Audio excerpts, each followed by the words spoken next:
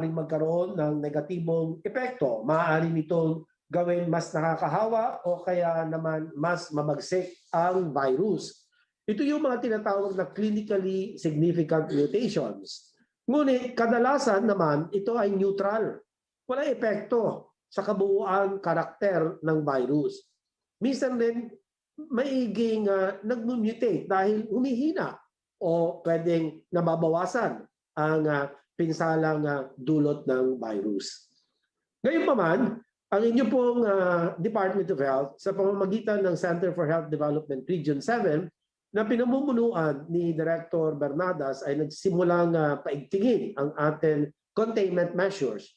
Yung pa din po yun active case finding, no? Contact tracing up to the 3rd generation, back tracing, immediate quarantine or aggressive isolation through Oplan Kalinga, ang ating pong mga localized lockdown. Kasama rin ang pagsumite sa PGC or Philippine Genome Center ang karagdagan samples upang ma-sequence. Bagamat may pagtaas ng kaso sa Central Visayas, ay nananatili naman sa safe zone ang kanilang healthcare utilization rate. Kaya masinsinan ang gagawing pagbabantay sa estado ng Central Visayas sa mga susunod na mga araw upang tansyahin kung kinakailangan ng mas malawakang lockdown. Para po sa mga detalye, inaanyayahan ko si Dr. Cynthia Saloma at ang kanya pong mga kasama sa Philippine Genome Center na magbigay ng kanyang ulat patungkol po sa kanilang humuhusay at pinaiigting na biosurveillance efforts. So, Ma'am, Dr. Cynthia Salome of PGC, you have the floor.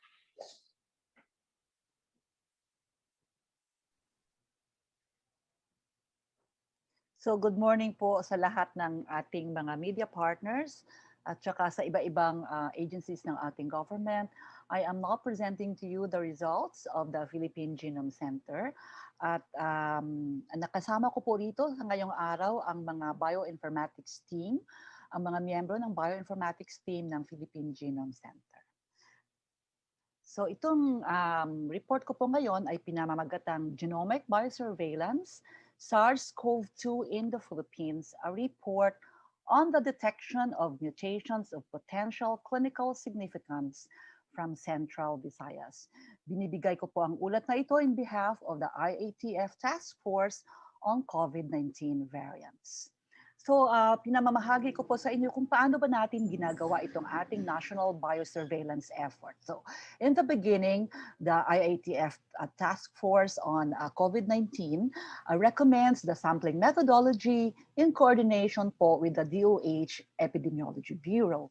And these are communicated to our different regional epidemiology surveillance units, to the LGUs and the different laboratories, who are in turn coordinating with the respective RESUs so that they can send samples to us here in Manila. So pagdating po ng mga samples na ito dito sa Philippine Genome Center, tinitingnan po natin yung packaging and labeling, as well as of course we cross-check whether the list that was provided to us, nandoon po yung mga samples o ang mga tubes. And then we check if the samples qualify for the criteria of 30, a city value of 30 and below. And the reason for this po na 30 ang city values na tinatarget natin is if we want to have good sequence quality and reliability and to make use of the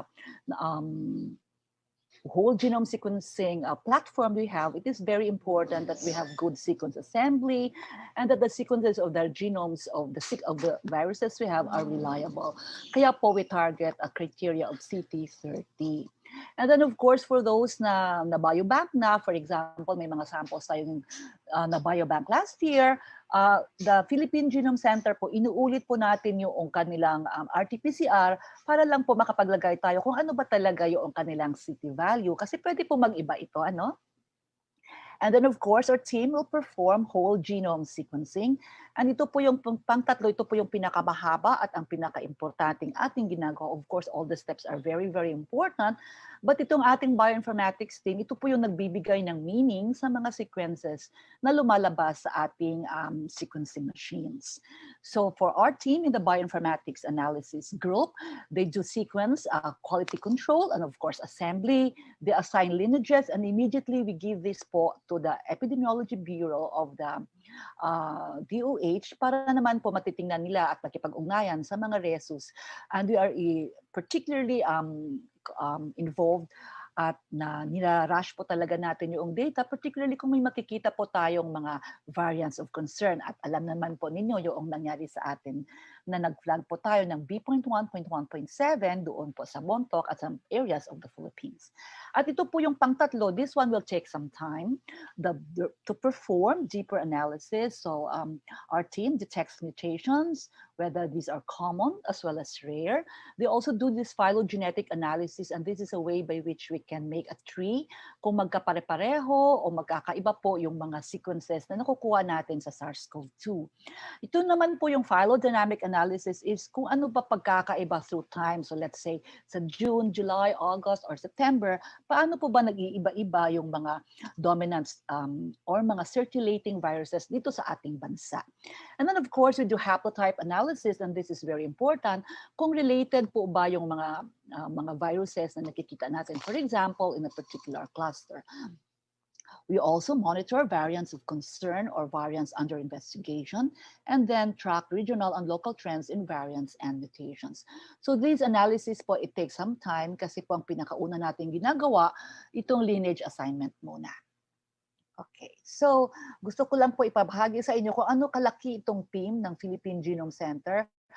In addition to the Epidemiology Bureau and the resos in the entire country, ito po yung nasa PGC lang. So sa clinical genomics po natin, ito po yung nag-extract ng mga RNA, and this is done in a BSL-2 plus facility. So we have about 20 medtechs na sinusuportahan po ng DOH ang kanilang employment. After the extraction po, tina-transfer natin dito sa DNA sequencing core facility. So we have a team of at least 12 people who are involved in next generation sequencing. Ito pong technique na ito, hindi po ito, mas mahirap po ito kaysa sa routine na RT-PCR. This is a very, very tedious technique. Kaya po inaalagaan din natin mabuti itong ating teams. Pag matapos na po itong sequencing library production at may na-sequence brand na nila, and for now po, we do it in batches of 750. Ang sequences po ay na-transfer natin sa Bioinformatics Core Facility. Nandito po sila ngayon sa ating, kasama sa ating briefing na ito. And this is a team of multiple expertise. Pinapumunuan po ito ni Dr. John Yap, who is computer scientist at the University of the Philippines in Diliman. So marami po tayong may applied physicists po tayo, marami po tayong computer science graduates, meron din po tayong mga molecular biologists and agricultural biotechnologists. So this is a multifaceted team na paborito po nila yung numero, kaya nasa bioinformatics team sila. Tapos, gusto ko rin ipabahagi sa inyo dahil ito po yung topic natin ngayon, ano bang pagkakaiba ng variant, mutation, strain, at lineage, at saka clade. So yung mutation po is any change in the DNA or RNA sequence. So example po dito, this is the original sequence from the 5' region to the 3' region of the DNA. Pwede po magkakaroon tayo ng mga point mutations katulad nito, yung letter T nagiging letter A. So tinatawag po natin yang mutation. And the mutations can be different kinds of mutations. Pwedeng base substitution, katulad nito, this is a base substitution. Pwede rin pong deletion. A deletion could be small or large. Pwedeng, for example, yung chunk na ito ng mga sequences, pwede po yan ma-delete. So mutation pa rin po yung ang tawag doon sa kanya deletion. Nagkakataon din po na kung minsan may insertion. So for example, nadagdagan po ng isang letra dito. So meron tayong insertion mutation. And may implikasyon po yan, for example, sa open reading frame na tinatawag natin or yung mga codons, kumbaga yung tatlong letra ng amino acids during translation ng DNA. So just to be simple, you can have neutral mutation, it can be a silent mutation. Ibig sabihin, kahit may mutation, wala namang nangyayari, parehong pwedeng the same amino acid ang lumalabas. A mutation could also be a loss of function mutation. So pwede rin ang virus mag-mutate so much so that it will lose its infectivity. So yun po yung naipakita natin o nakita natin doon po sa SARS. Sa SARS, the original SARS, it contained a mutation in a particular gene. Tapos nawala na siya, no? Tapos yung isang mutation, pwede naman po maging gain of function mutation. So let's say, pwede po siyang mag-increase ng transmissibility or pathogenicity.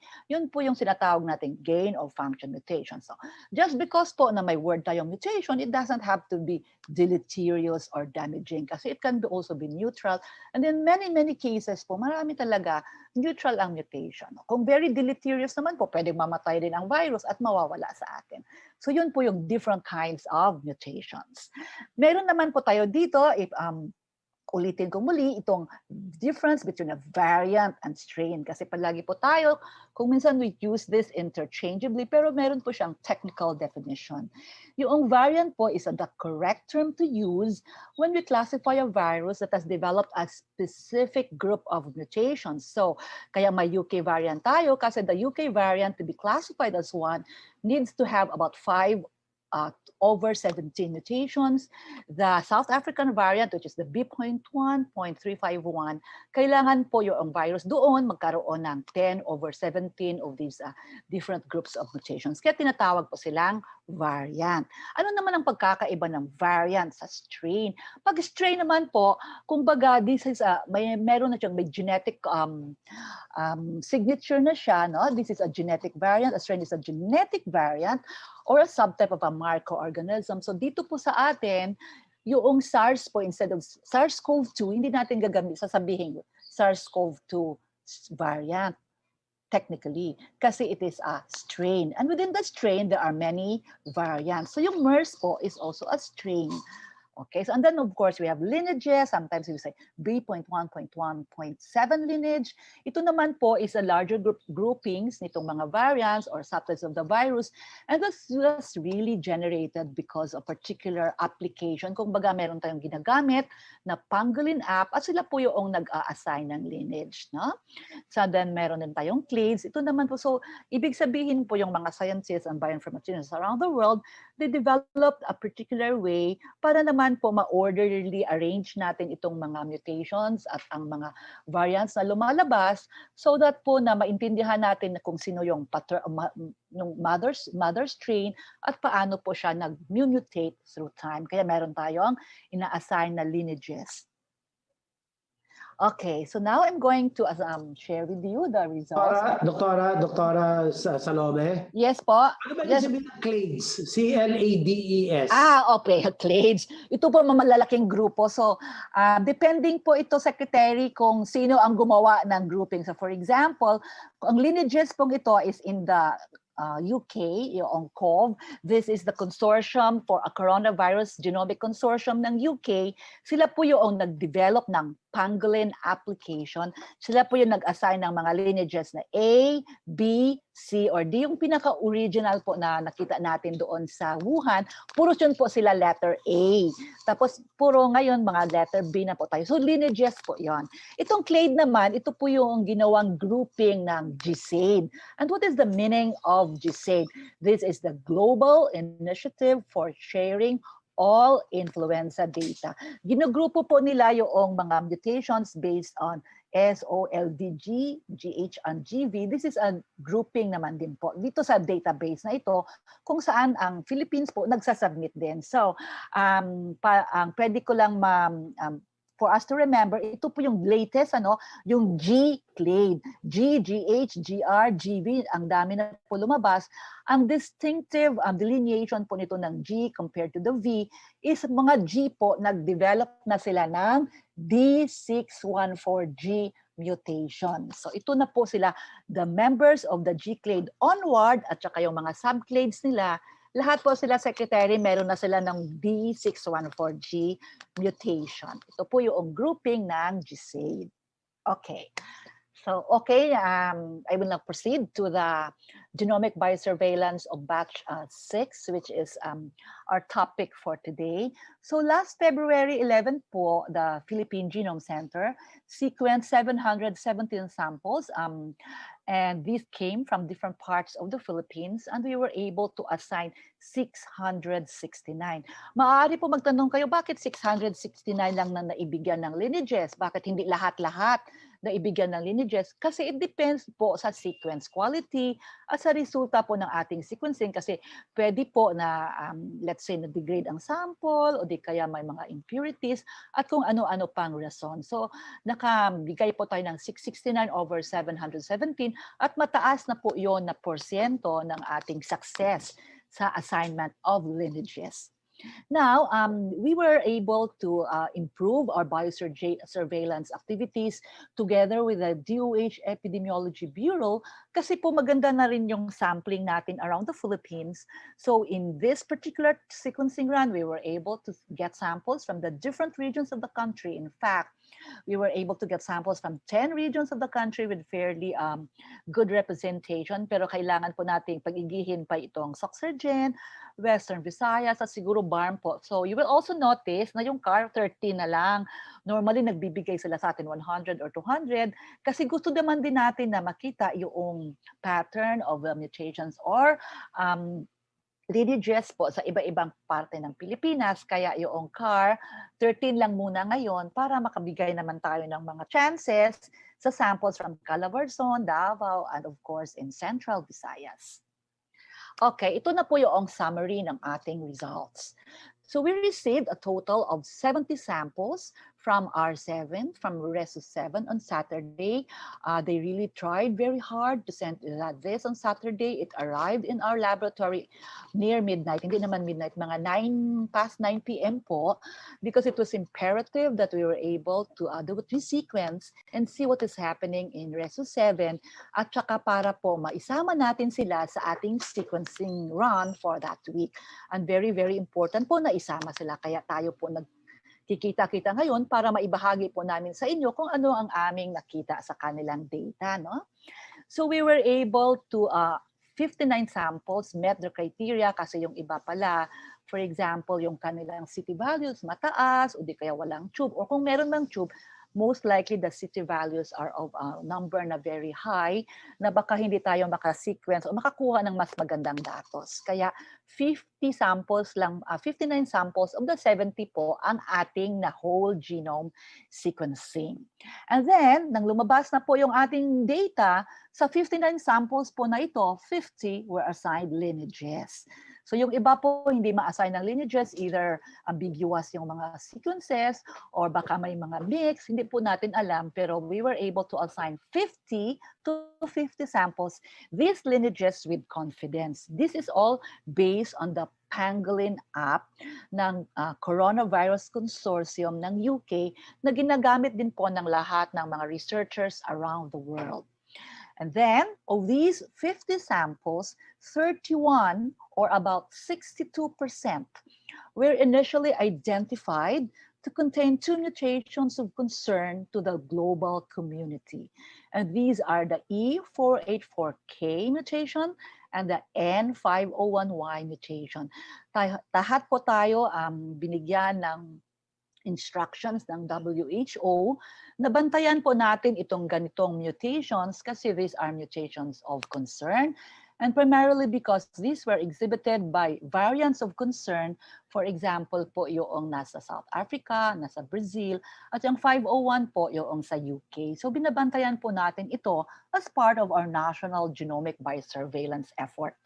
And then deeper analysis of the mutations of the samples from R7 prompted the Philippine Genome Center Genomic Biosurveillance Team and the DOH Epidemiology Bureau to look closely at the whole sequences of the samples and to monitor these cases. So in summary po, all the cases in Central Visayas with the 2 mutations of concern, and these are the E484K as well as the N501Y, exhibited only mild symptoms and have been cleared from their quarantine. So us here at the National Biosurveillance Effort, we all continue to investigate these mutations through enhanced genomic biosurveillance of surrounding areas, as well as the other regions of the country. So for this, I would like to thank the funding support from the University of the Philippines System, the Department of Science and Technology, Philippine Center for Health Research and Development, as well as the DOH for their funding assistance. Maraming salamat po. Maraming salamat po, Dr. Cynthia Saloma, for the very good presentation, very clear and crisp. Nais ko lamang ipaalala ang kahalagahan ng atin. Anyway, siguro baka kinakailangan munang may back to you, Yusek Vergere, to facilitate perhaps the question answer portion of this presser. So back to you, Yusek Vergere. Yes, Sec. Okay, we have Ms. Laura Saison to moderate our discussions. Secretary, may I turn it over to Laura? Laura? Thank you, Yusek. Thank you, Secretary. Next, to present a brief background on the epidemiological picture of Region 7, may I call on our Chief Epidemiologist, Director Alethea de Guzman.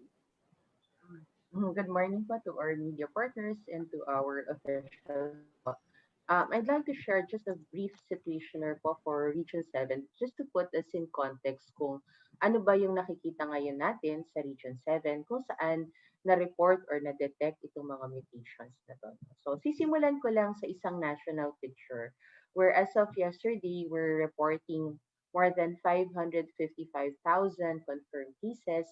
And we're showing, nakikita natin yung mga active cases natin, yung mga nananatiling naka-admit o naka-isolate ay naiiwan from around 5%. And again, yung ini-emphasize natin, of those na active cases pa, very small na yung percentage. Only 5% have severe or critical. We're also seeing medyo stable na yung percent na nagre-recover natin, pati yung mga case fatality rate natin ay naiiwan na po at around 2%. And nationally, ito yung pinakikita po naming epidemic curve, pinaplot natin, base kung kailan po sila nagkasakit, at nakakita nga tayo ng pagtaas ng mga kaso simula ng Enero, pero kung sisilipin natin yung dulo niya, unti-unti na po siyang bumababa. So ito ay magandang senyales. At nakikita rin natin sa karamihan naman po ng mga rehiyon natin, kung hindi po pababa, nagpa-plateau. So pag sinabing nagpa-plateau, halos pareho ang nare-report na kaso nitong mga nakaraang linggo kumpara ng mga nauna pong linggo. Pero meron pa rin po tayong mga lugar na nakakakita tayo ng pagtaas ng mga kaso. At ang Region 7 ang isa sa mga rehiyon na yon. So ito po yung iba't ibang epidemic curve ng mga lugar sa loob ng rehiyon. At ang nakikita natin, yung unang-unang epidemic curve sa left uppermost na corner, ito po yung para sa buong region kung saan nakita natin ang term namin, it's a sharp rise, it's a steep increase in cases. So mabilis ang pagdami ng mga kaso sa buong region. At ito, yung mukha na to ng epicurve ng region ay nami-mirror sa lugar, sa mga sumusunod pong lugar, sa province of Cebu, sa Cebu City, sa Lapu-Lapu City, at sa Mandaue City po, yung iba pa pong mga provinces ng Cebu, nakakapagpakita rin po ng pagtaas ng kaso. So balit, hindi po siya kasing bigla or kasing bilis, as the other areas I have mentioned. But what we also need to emphasize here is their healthcare utilization rate remains at the safe zone. So dahil na less than 60%, not just regionally, but even in the specific provinces and HUCs of Cebu region. So I'd just like to end this presentation with key messages. Nabanggit nga po ni Dr. Saloma na ito pong patuloy na pinaiiting nating biosurveillance ay nagbigay sa atin ng oportunidad upang makita at ma-monitor kung may mga variant of concern tayo, at nakita natin yon sa detection ng ating tinatawag na UK variant. At ngayon, detection din ng mga mutation na may potential clinical significance, no? At nakakatulong siya para mag-guide, no, ang DOH, ang ating regions at ang ating mga local governments. Paano ba iti-tailor fit, no? Paano i-improve on, no, ang kanilang response? Ito ay nakita natin sa ngayon, yung mga mutations na to with potential clinical significance sa Region 7. Subalit, gusto po namin i-emphasize na wala pa tayong definitive conclusion na masasabi, no, kung ano ba talaga yung public health implication nito. Kaya tuloy-tuloy po ang pag-aaral na ginagawa ng DOH at ang kanyang mga offices at ng ating mga members ng task force. Gusto rin naming iparating na sa ngayon, itong PDITR strategies natin ay ang tuloy-tuloy nating ginagamit. No? It's one of our best measures to contain na hindi na kumalat, hindi pa tuloy-tuloy na mag-transmit ang ganitong mga variants of concern or mga mutations of potential clinical significance. At yung sinasabi natin, para wala nang magkaroon pa ng dagdag na mga mutation. Napakahalaga, no? Huwag dumami ang kaso para hindi tataas ang tsansa na magkaroon ng iba pa pong mutation. At para magkaroon po tayo ng dagdag na impormasyon pa sa mga mutations at variants na to, tayo ay nagdadagdag ng mga samples na gusto natin, no, sa mas malawak na lugar sa Region 7 para makita natin, no, kung saan-saang lugar sa Region 7 ang potentially meron pang ganitong mga mutations po. So with that, thank you very much, Laura, and a good morning to all. Thank you, Director Thea. Ngayon naman po, bigyan natin ng pagkakataon ang Region 7 sa pamumuno ni Director Jaime Bernadas upang magbigay sa atin ng update sa kanilang response na ginagawa sa kanilang rehiyon. Director Jimber? Yeah, good morning, Laura. Good morning, Secretary Duque, and good morning to our partners in the media. When we received the news about the mutations and all of those characteristics that were given us, we immediately convened our mayors. In fact, we have just done that this morning, and we have informed them on the possible scenario that could happen if this will go unhampered or unchecked. So all our mayors are aware of what we are supposed to do and what we have to intensify to do. We have to intensify our containment measures, identify our case finding, and we have to get ready of our health facilities. We have to expand our capacities, and we have to intensify containment as far as going down to household containment, purok containment, or even barangay containment if warranted. So they have pledged to do that. The Tri-Cities has pledged to do that.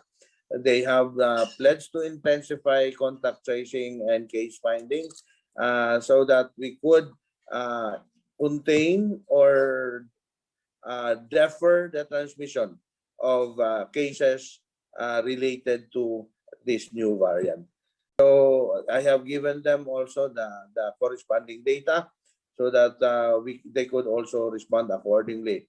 So that is our present response, and we have promised to do this part, and we have to get the evidence when we continue to do surveillance.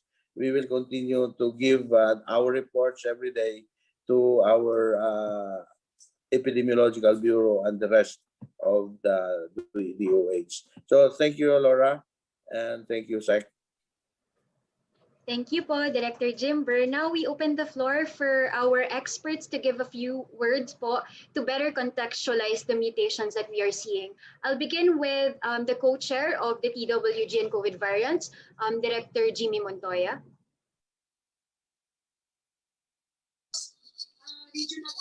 Yes, magandang umaga po sa inyong lahat. Kami po sa committee ng COVID-19 variants ay nagpapasalamat po sa patuloy na suporta ng ating mga ahensya at partisipasyon ng ating mga eksperto sa iba't ibang larangan po na may kinalaman sa virus na ating kinakalaban ngayon. Kami po ay naniniwala na sa pamamagitan ng masusing at matyagang pagsusurveillance ng ating mga circulating viruses sa bansa ay naagapan po natin kaagad ang mga pangyayari katulad ng nai-report na po kanina. So kami po ay patuloy na nag-aantabay at minomonitor ang mga kaso po sa ating bansa para talagang madetect kaagad tulad na nangyari ngayon itong mga posibleng bagong mga variant. Hindi pa natin alam kung ito yung magiging variant nga o may mga mutation o pagbabago sa kanilang sequence na maaaring may epekto sa behavior po ng virus. Salamat po. Salamat po, Director Montoya. Now, may we have Director Eva Cutionco de la Paz. Magandang umaga po sa inyong lahat. Ito po ang mensahe galing sa National Institutes of Health. The more the virus circulates po, the more opportunity it has to change and acquire new mutations. Pag mas marami po tayong mga kaso ng COVID sa bansa, mas marami pong oportunidad upang magkaroon ng mutations ang virus. Bagamat may mga mutations na walang epekto, meron din po na maaring makapagbigay ng katangian sa virus na maging mas malakas itong makapanghawa tulad po ng na i-discuss po kanina. Ang bidang solusyon po dito ay patuloy po nating pababain ang mga kaso sa pamamagitan ng pagsunod ng public health measures na pinapatupad po ng Department of Health at ng gobyerno. Yan lang po, Ms. Laura. Thank you. Marami pong salamat. Si Director Celia Carlos po of RITM. Magandang umaga po sa kanilang lahat. Siguro po ang i-focus ko na lang yung importance ng sequencing na nalalaman natin ngayon na ang resulta po nito ay may mahalagang epekto sa unang-una pag detect ng mga possible outbreaks, whether these are old sequences or new evolving sequences na may mutations. And sa nakita po natin from the experience of other countries and our recent experience in CAR, that these mutations may impact in several ways. And therefore, it is important na i-sustain po natin ito. For one, it will determine how the virus is evolving and may affect certain interventions like treatment, like vaccines, vaccine formulations. Kasi po minsan yung mutations may cause the vaccines not to be as efficacious as previously determined. Also, it may impact on the person's ability to develop immunity. Since the body may not be able to identify the new strain and therefore the immune response may not be as adequate as before. So the message is we need to sustain the biosurveillance and maybe enhance it further so that it is able to detect these changes not only in one part of the country but in the most regions, if not all regions of the country. Although it is an expensive, undertaking to do this, but the value is really great that even if its expense is high, we still need to sustain it for public health purposes. Thank you po. Salamat po, Director Carlos. Now from our TAG members, I'll begin with Dr. Edsel Salvania. So good morning to everyone. Good morning, Secretary. Good morning to our media partners. Good morning to everybody in this forum. Siguro ang gusto ko lang i-point out kasi syempre mahirap intindihin yung mutations eh. So yung virus kasi, yun nga sinabi ni Dr. Saloma, it has 30,000 base pairs. So isipin po natin parang letra yan, parang libro yung genome ng ating virus. At pag kinokopya po siya, pwede nagkakamali talaga. Meron yung magandang pagkopya, kung printing, kumbaga maganda talaga yung fidelity. Meron yung, alala nyo yung sa Middle Ages, yung hina-handwrite pa. So yung virus medyo hindi siya ganun kagaling kumopya.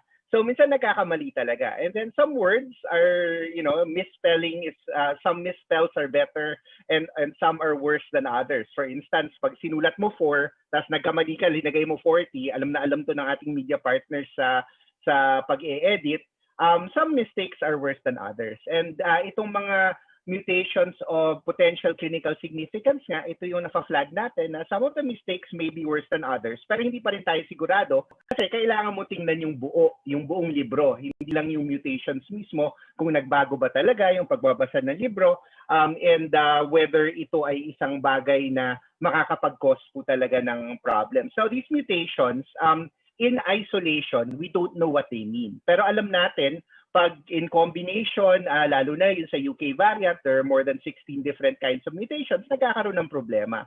So whether itong nakikita natin ngayon is maybe a new variant or not a new variant, kailangan pa pong pag-aralan. Pero itong mga mutations na to, kumbaga, parang markers po sila.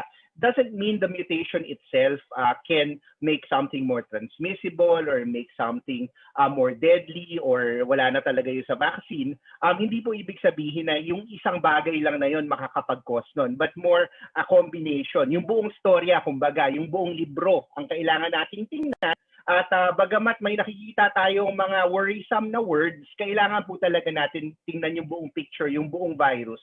At hindi lang yung paisa-isang mali na nakikita natin. So for now, i-review po natin to, pero to be on the safe side, it's always good to take this seriously and take our precautions so that hindi po tayo mahuhuli. But in the meantime, also understand we're continuing to study this. We'll look at more sequences to see kung nagsispread ito. But out of an abundance of caution, we are sharing this with media. Sama-sama po tayong babantayan ito, and at the same time, mas i-enhance po natin itong ating mga control measures na in the event na ma-confirm that these really do make the virus more transmissible or less susceptible to the vaccine, at least nagawa na natin ng maaga yung dapat po natin gawin. Yun lang po. Thank you. Maraming salamat po, Dr. Salvania. Dr. Isa Alejandria.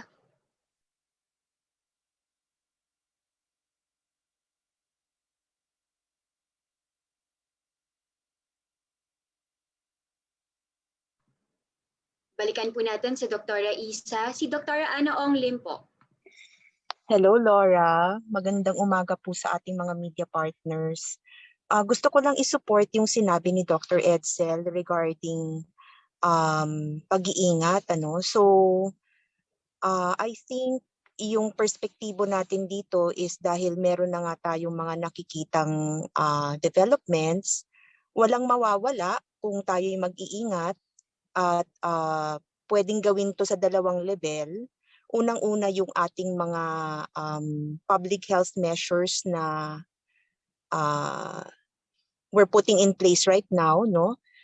Regarding intensified contact tracing at pagbabantay, no, dun sa movements ng mga areas kung saan nakita natin na maaring dumadami ang kaso. Pero on a personal level, gusto ko rin idagdag na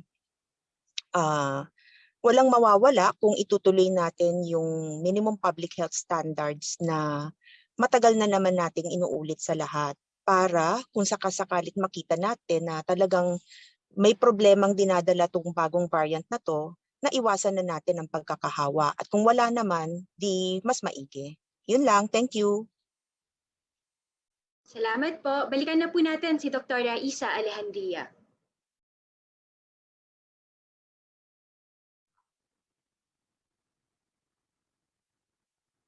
Okay.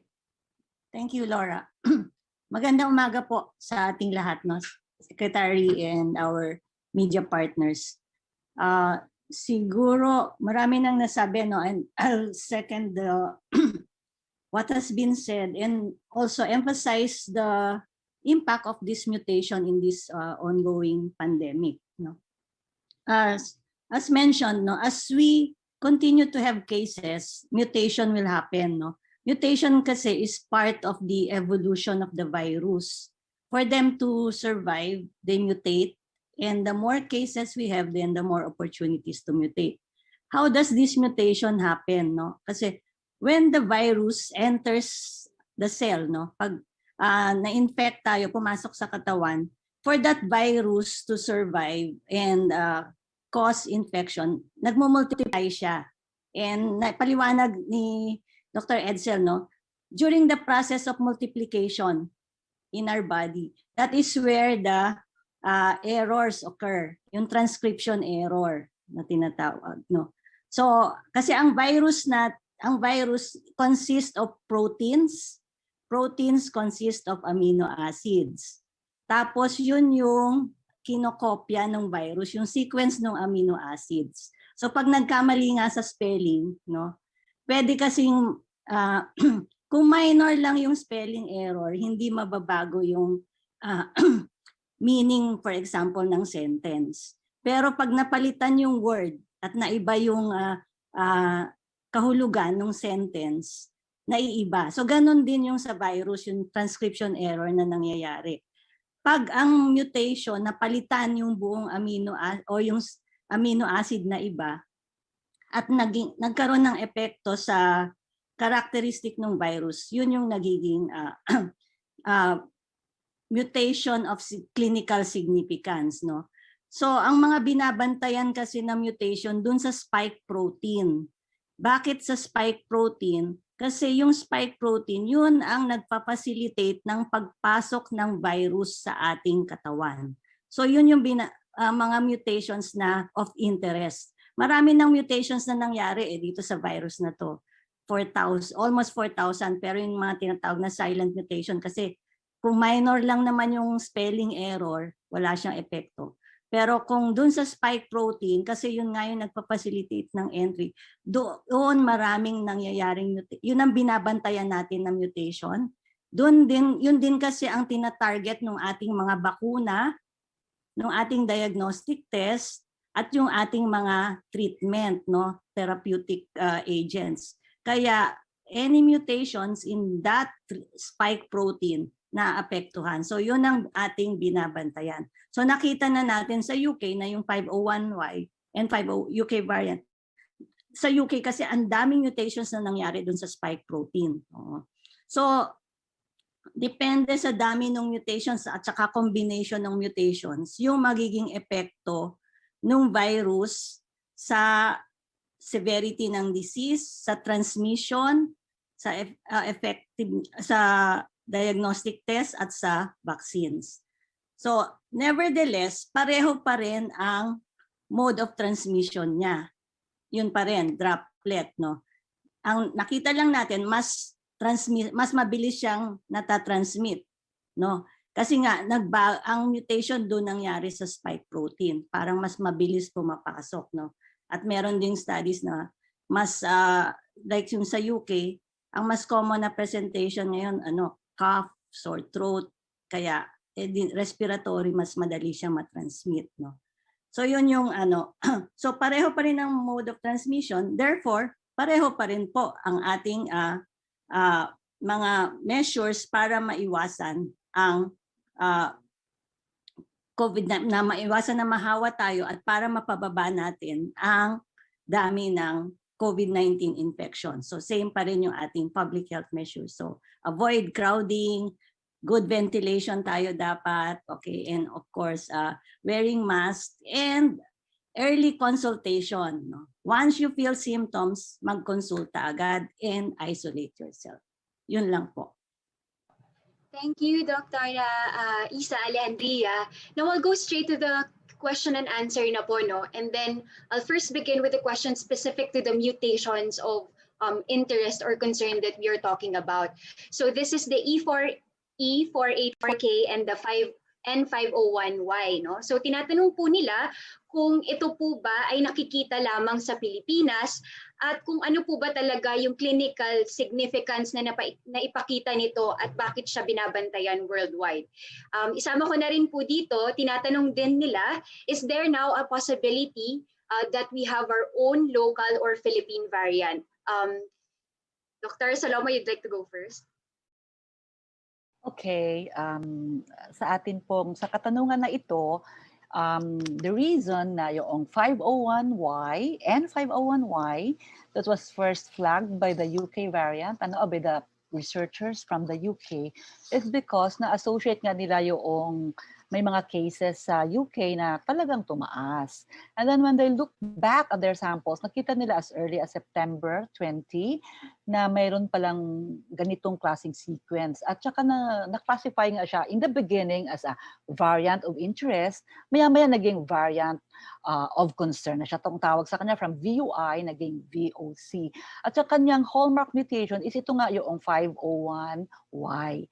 Tapos lumabas din po yung researchers sa South Africa na mayroon po silang variant doon, which we now have this lineage assignment called B.1.351, na not only does it have the 501Y that was first reported by the UK researchers, meron din po siyang 484K. At saka sa mga in vitro, ito po in vitro data kasi hindi naman po tayo ang mga researchers, hindi naman po nag-i-experiment ng buong virus. Kung baga gumagawa lang sila ng pseudotype virus na may mutation doon sa lugar na yon. And in vitro, na-notice nila for example na yung ibang antibodies na reduce ang efficacy. So dahil mga po dyan, na-flag tayo, kaya in-encourage tayo ng WHO and all over the world na magbantay po tayo pag igihin natin yung ating genomic biosurveillance effort at tayo po naman dito sa ating bansa, todo-todo po natin at sama-sama po tayo gumawa nito kahit mahal, no? Mahal at challenging, ginagawa po natin yan. So ang 401K po based on in vitro data, may possibility na mayroong reduction of the efficacy of antibodies. Kaya po binabantayan natin. So now whether we have an emerging Philippine variant or not, that remains to be seen. Kaya po natin, so that is always a possibility in different countries around the world. Kaya po tayo nag-genomic biosurveillance. So the pinapa-improve pa rin natin yung ating sequencing, and we will be receiving a lot of samples coming from the nearby provinces and Cebu and regions para titingnan po natin kung ito pa ay nakikita pa natin sa ibang lugar at ano na ba yung ang kanyang distribution. So whether this is an emerging Philippine variant or not, that remains to be seen, and probably we will know that in the next few weeks. Thank you, Director Saloma. Dr. Edsel, would you like to add on that po? Laura, yes, thank you, Laura. Sorry, nakamute ako. I think that it's important na pag nakita kasi natin yung mga ganitong mutations, because nangyari na sila sa ibang bansa, nakakabahala talaga dahil yun nga. Pero again, yung caution lang doon is ito po ay parang misspelled word ito, di ba? Misspelled words can happen in different kinds of books. So in other words, it doesn't mean na dahil nakita natin to dito, parang UK variant na siya or parang South African variant na siya. It's the combination. It's the whole sentence. It's the whole book, yung storya. Hindi lang dahil nagkakamali. In the same way that we misspell words, some words more than others, di ba? Kasi kung 3 letters lang, walang problema. Kung 10 letters, mas mahirap. So, in other words, these misspellings or these mutations of potential clinical significance have actually arisen independently in different parts of the world. So, kumbaga, parang sa evolution ng virus, meron talagang nahihirapan siyang i-spelling at nagkakamali siya doon. And it doesn't mean na dahil nandyan na yung misspelling na yon, parang gano'n na rin sila lahat. In the same way na pag ako na misspell ko, tapos say si Sheila ng Philippine Star na misspell rin niya, that doesn't mean na pareho na kaming tao, di ba?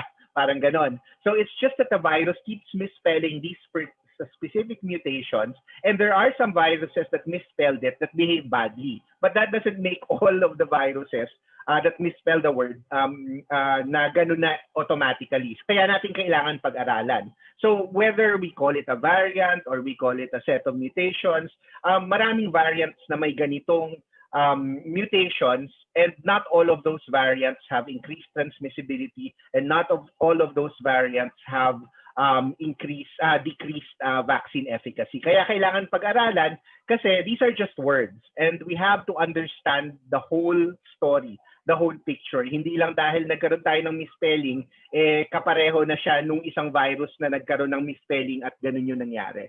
Yun na naman po. Over. Salamat po, Dr. Edsel. Any more from our experts before I move on to the next question? I add something, Laura? I will add something. So ito po, we have to be very careful. Kaya din ang sinabi ni Dr. Edsel, may mutation yung isang virus sa isang lugar, pero pwede rin siyang mag-mutate sa ibang lugar na maging, kung baga man-neutralize na yung mutation niya sa isang lugar ng virus. So it always happens, no, nga pwede naman na yung isang lugar, meron siyang mutation, tapos sa ibang lugar within the same genome ng virus, meron naman siyang mutation na kung baga i-erase na yung effect sa kabila. And that remains to be seen. So that's why in-emphasize natin, of course, these regions are regions of concern because of data from other countries and observations from other countries. But it is also very, very important that these viruses and all these mutations act in combination with each other. No? So mahirap tumingin in isolation, but of course, out of an abundance of caution, we have to be very, very watchful. Yan lang po, Laura. Maraming salamat po. Sunod na katanungan, it was mentioned that the impact of the mutations remains to be unknown or wala pa tayong conclusion about it. But is it possible that the rise in cases in Region 7 can be attributed to the mutations? Dr. Thea, you want to answer po? Sige po. So, magandang umaga. No? Salamat sa tanong, no? Pero sa ngayon, sa tingin ko, yung tuloy-tuloy na pag-iimbestiga ang makakatulong na masagot, no? Yung query na yon. Wala pa tayong conclusion na dahil nakita natin tong mutations na to, yun na rin yung naging dahilan kung bakit bigla at mabilis ang pagtaas ng kaso sa Region 7, no? Pero siguro, even if we're not yet able to make that conclusion or to answer that question, what's important is there are already measures being initiated by the Department of Health and by our local government unit. No? The information, yung sagot doon, makakatulong yun later kung may pagbabago tayo sa gagawing response. Pero sa ngayon, no, ginagawa na natin yung kailangan nating i-institute ng mga protocols para ma-contain pa yung transmission na to. Thank you, Laura. Thank you po. Dr. Ana, would you like to add po? Can I add something? Go ahead, Sec. Yeah, susugan ko lang yung sinabi ni Dr. Di Guzman. Yung sinasabi na pwede bang itong pagtaas ng kaso o spike sa Region 7 ay may ugnay doon sa dalawang nakitang variants. Mahirap mong iugnayan ng ganun na lamang or ng direktamenteng pag-uugnay kasi marami rin tayong ibang factors na dapat alamin o na obserbahan na nag-MGCQ ang Region 7. So tumaas ang mobility ng mga tao. So kung tumaas ang mobility, syempre yung contact rate tumaas din. So yung transmission rate ay tumaas din, etc. So yan tingin ko ang posibleng dahilan. Pero pwedeng hindi lang siya ang dahilan. Pwedeng maraming dahilan. No? Kaya nga, kinakailangan mas malaliman pag-aaral o pagsusuri para malaman natin na ito bang pagtaas na ito dahil sa isang factor or sa pangalawang factor or combination of factors. No? So dapat makahanap tayo ng ebidensya na maitatag natin kung ano ba talaga ang naging sanhi nitong spike. Yun lang. Thank you. Maraming salamat po. Director Carlos, you're raising your hand po. Magdagdag lang po ako. Kaya po kagabi, nung nag-meeting tayo, kami, pagkasunduan po na magsi-sequence ng additional samples na PCR positive samples from Region 7. Mainly because po yung mga na-sequence ay maliit na number lang ng samples. Meaning, we need to gather more samples from different areas of Region 7, sequence them to find out if they also have the mutant strains. Kasi for all we know, they may not have it or they may have it. So to have a clearer picture of the situation, we need to sequence more samples from more areas of Region 7 before we draw conclusions. Thank you. Maraming salamat, Director Carlos. So, along the lines yung sinabi ni Secretary Duque regarding the naka-MGCQ ang Cebu. So ang tanong po para kay Director Bernadas, with the discovery of the new variants and the rising number of cases, is it safe to say that you will push for a stricter quarantine protocol by March 1? Or will you retain your current quarantine status po? Director Bernadas? Yeah, good morning. As per our recommendation during the meeting last night, we were requesting for 2 weeks, 2 weeks to evaluate the measures that we will be strengthening. Meaning it doesn't mean we only have to start now. We have already started since January, but we have to intensify all those efforts. Campaign for the minimum health standards, basically number 1. Number 2 would be to increase the capacity to detect cases, to test more people who see signs and symptoms of ILI, meaning syndromic monitoring, and then contact trace contacts of positive cases up to the 1st, 2nd, and 3rd level. Now, this of course would mean a burden to our laboratory for more testing kits, and of course a burden to our facilities for more quarantine facilities. Now this would now take the balance between all of those, between resources and facilities, and that would mean the decision points for our local chief executives. Now for our health facilities, since the resurgence of cases in Region 7, we have been talking with all the chiefs of hospitals, both public and private, to be ready once we have these surges, and they have already prepared for this, and we have already requested for more funds for personnel deployment, and we would do so as soon as our private hospitals will be needing or requiring them.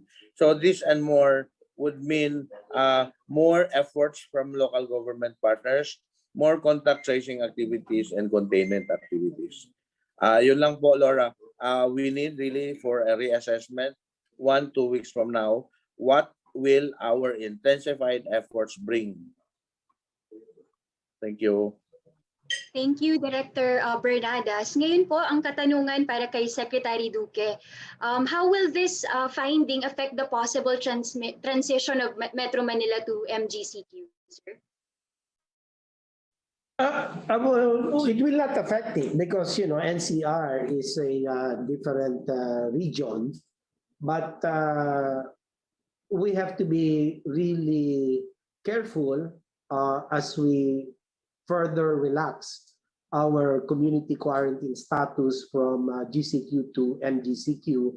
We have to scale up even more in the light of these variants. Our PDTIR strategies. No? So massive promotion to let the public comply more effectively and faithfully to all of our minimum public health standards, or the NPIs. No?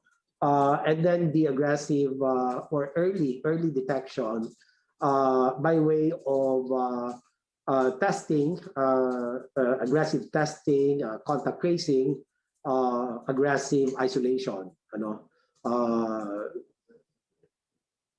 So the treatment also in the hospitals has to be leveled up. No? So lahat ito paigtingin natin. Habang alam natin na magluluwag ang ekonomiya, mas lalo pa dapat maging mas maingat ang ating pong mga kababayan.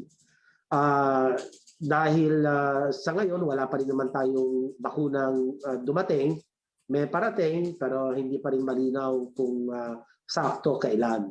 So habang nag-aantay tayo at nagluluwag tayo, mas maraming bahagi ng ekonomiya ang binubuksan natin, huwag kakalimutan yung atin ng magandang naumpisahan ang mga kababayan natin ay nagkaroon ng disiplina at talagang tumatalima doon na po sa atin mga panuntunan ang ating guidelines and various health protocols. No? So yan lang po ang ibig kong bigyan din. Salamat.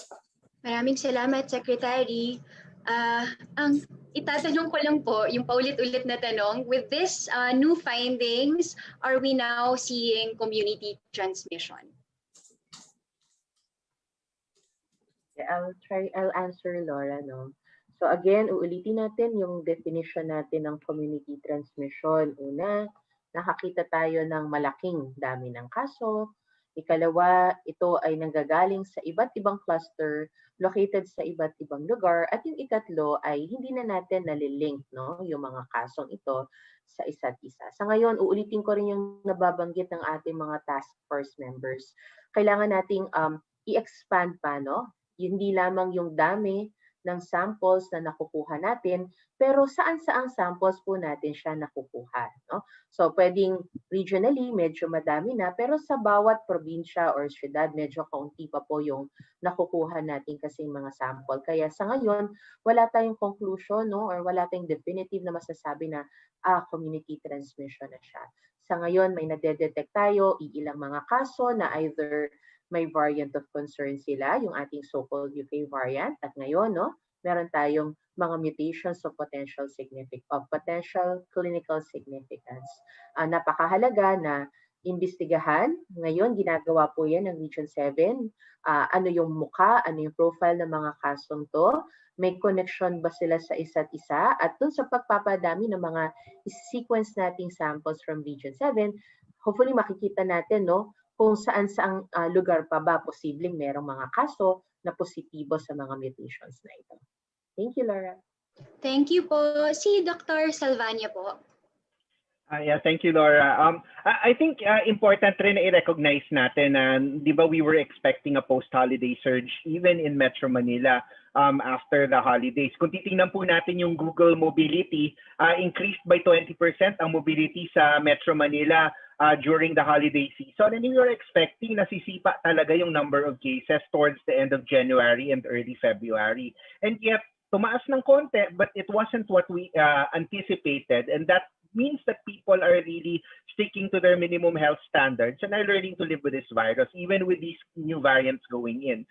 It is important to go out there with an abundance of caution. Wag po talaga tayong magsasawa sa ginagawa po natin, but they do work and they will work against these variants. And so if we can do that, whether kailangan itaas yung community quarantine or whether we can do this with localized lockdowns and enhanced tracing and enhanced genomic surveillance, hopefully baka kakayanin naman. And I think this is what DOH7 is asking from us, that they are not, just content to sit down. They are already doing what needs to be done short of community-wide lockdown. They're not just going to watch this. They are proactively doing what they are doing. And me, as an expert who watched and was really, really worried about the post-holiday surge, it gives me some hope na these kinds of measures can arrest these problems without having to resort to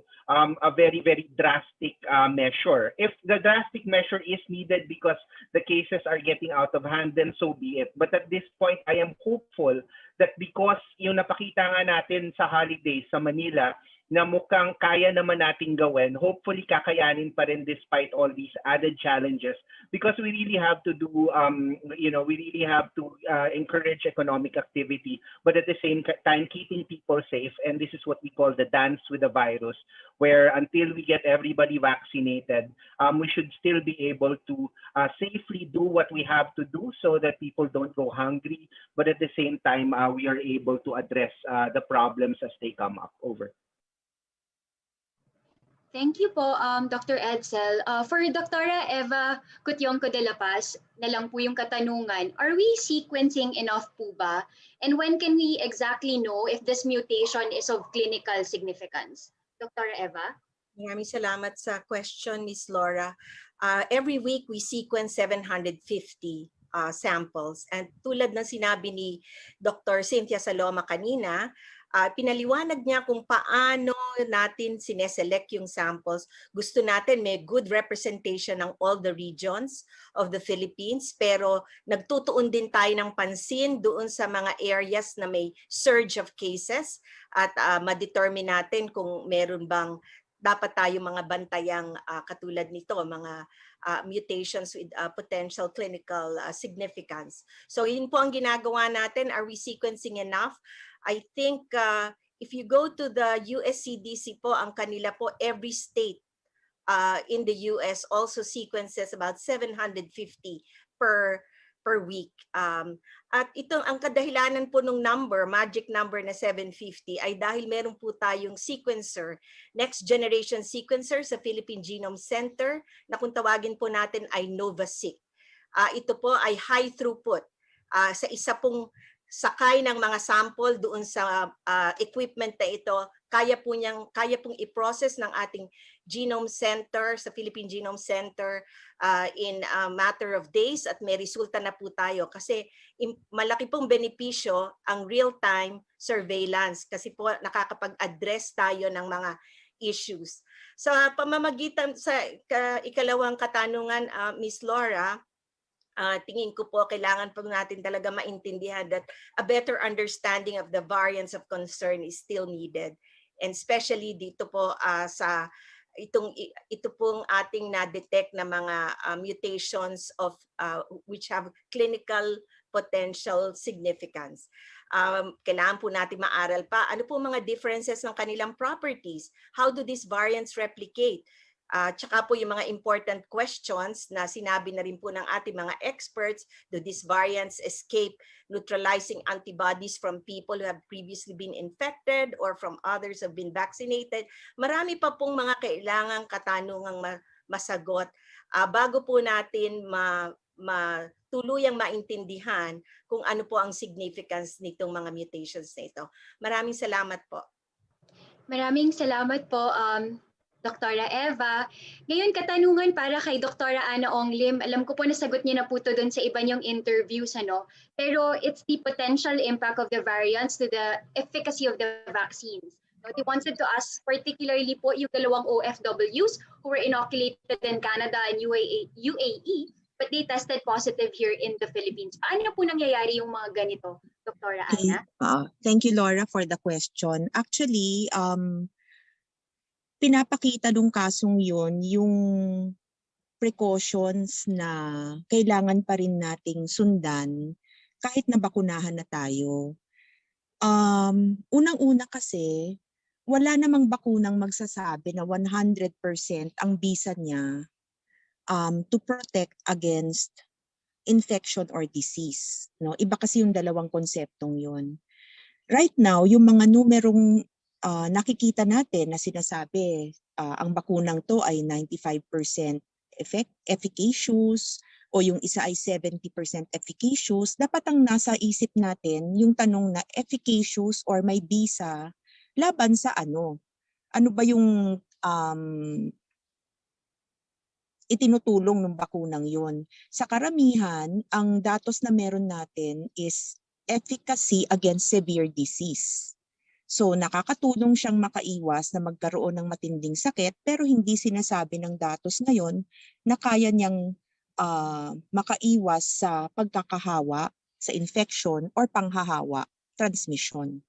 So what we see in this case is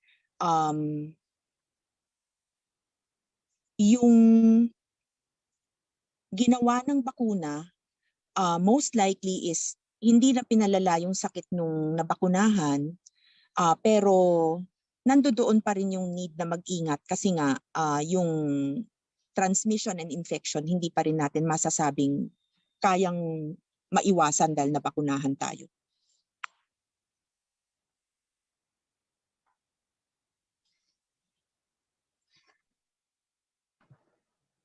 Thank you, Dr. Ana. Dr. Isa and then maybe Dr. Edsel. Okay. Just to add to that, the vaccines that we have now, based on the clinical trials, none of them showed 100% protection. wala pong 100%. No? Like yung Pfizer, yung mRNA, Pfizer and Moderna, nasa 90 plus, no, 95% ang protection. Ano ibig sabihin nun? Yung bakuna, nagbibigay ng protection, binababa niya yung risk mo of getting the infection by 95%. So meron pa rin 5% chance, no? Kaya kailangan pa rin mag-ingat. Tsaka yung epekto kasi ng bakuna, hindi pagka-bakuna ngayong araw na to, meron ka na antibody kinabukasan. So it takes time also for the protection, for the antibodies to develop. Kaya nga meron pang second dose na booster para mas mapataas pa yung level of protection against getting the disease. Kasi sa ngayon, ang pinag-aralan is prevention of getting symptomatic COVID-19, tapos preventing severe. Kung magkaroon ka man, maiiwasan yung severe disease at pagkamatay. No? So yun ang current data natin. Tapos itong mga bakuna, so iba-iba yung level of protection, like Astra nasa 70%, no? And then yun pa lang yung published. Gamaleya nasa 90+% din, no? Pero may mga range yan, hindi siya eksakto. So 80 to 90, ganyan. So kailangan din natin tingnan yung range. Kasi yung response ng tao sa bakuna, nag-iiba-iba din yan.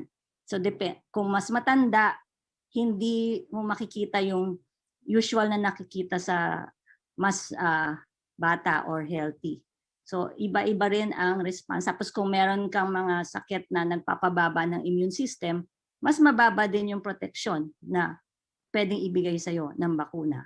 So iba-iba ang level at yung ang timing din ng pag-develop ng immunity ay hindi kaagad. So kailangan pa rin po tayong mag-practice ng preventive measures. Thank you po, Dr. Raisa. Now I'll have Dr. Edsel. Thank you. Yeah, siguro, Laura, very important nga yung issue ng tinatawag na sterilizing immunity. Wala pa po tayong vaccine that can 100% prevent infection and transmission. Pero kagaya nga ng sinabi ni Ma'am Ana at ni Ma'am Isa, these can be affected by a lot of factors, kung kakabakuna lang, kung wala pa yung second dose.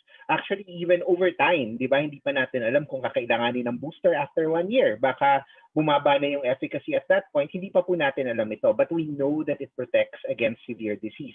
May isa nga pong nursing home na bakunahan sila lahat. May 3 pa rin na nagkaroon ng COVID pero wala pong namatay. So ito po talaga yung ating intention with the first batch of vaccines is really to prevent severe disease. Even though hindi pa sila 100% sa pag-prevent ng transmission, it is highly efficacious for preventing disease and death. Severe disease and death.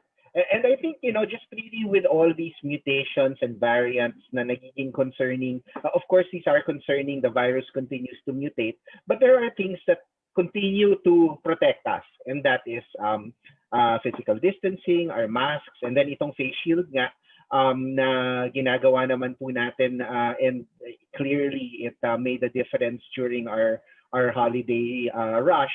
And I think that it is really indicative na even with these mutations coming out, the best way pa rin talaga to confront the COVID problem is to take care of each other.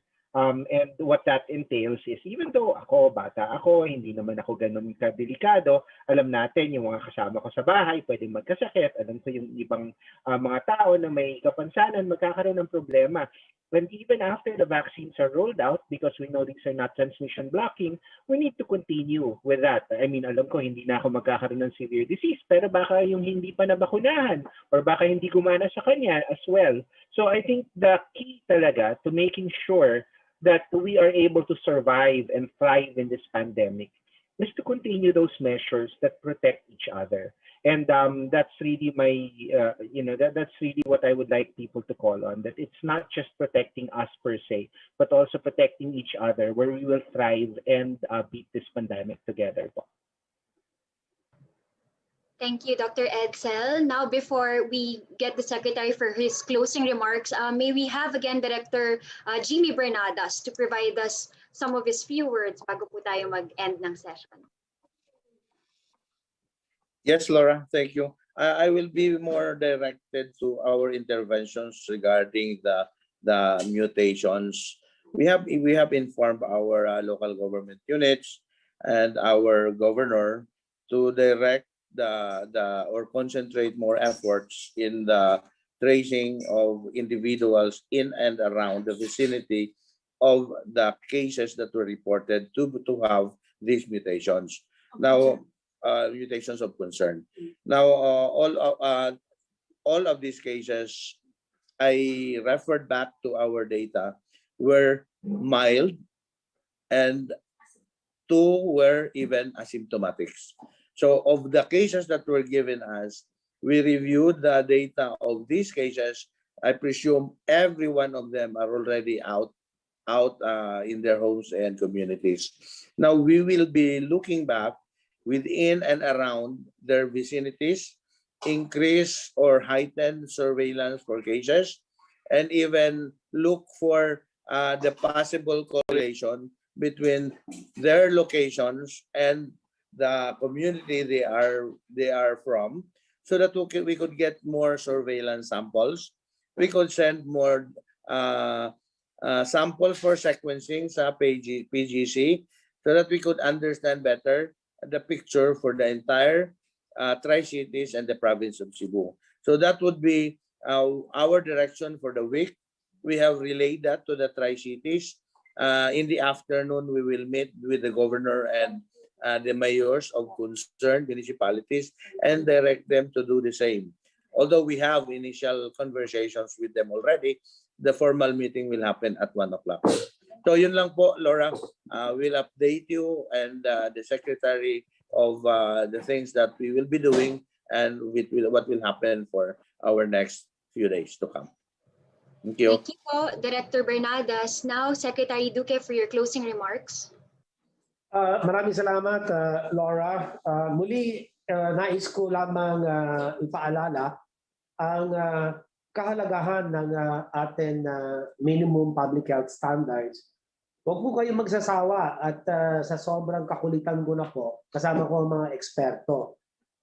Lagi natin sinasabi na kung walang mahahawa sa COVID-19, halos wala rin chance mag-mutate ang mga virus. Kaya naman, nais kong umapila muli sa inyong lahat at yung disiplina natin, napakamahalaga. Nakita naman natin naging effective, no? Na napanatili natin mababa ang kaso ng COVID-19 sa maraming rehiyon, although may mga ibang lugar na nakakita tayo ng bahagyang pagtaas, no? At itong minimum public health standards ang isa pa rin sa pinaka-effective na pamamaraan para mapuksa ang mataas na kaso ng COVID-19 at para din makapagluwag ang pagbubukas ng ating ekonomiya at gaya ng nasabi ko kanina, maiwasan ang mutation ng mga virus, no? At in fact, ulitin ko rin yung sinabi ng ating mga eksperto, kahit na mabakunahan tayo, hindi naman po ito garantiya na hindi po tayo mahawaan o makakahawa. Na ipaliwanag na yan, kanya sa lahat ng mga tanong na ito, sa mga bagay na ito, isang sagot. No? Minimum Public Health Standards, MPHS, MPHS, MPHS.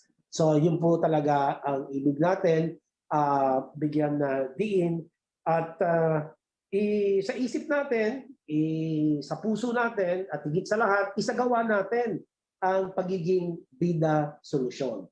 Maraming salamat.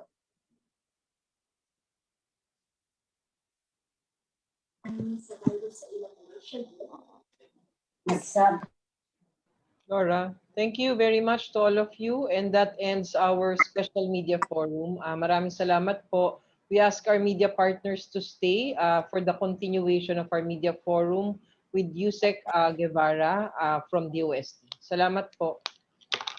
Bye, Thank you. everyone. I Maraming turn it over salamat. to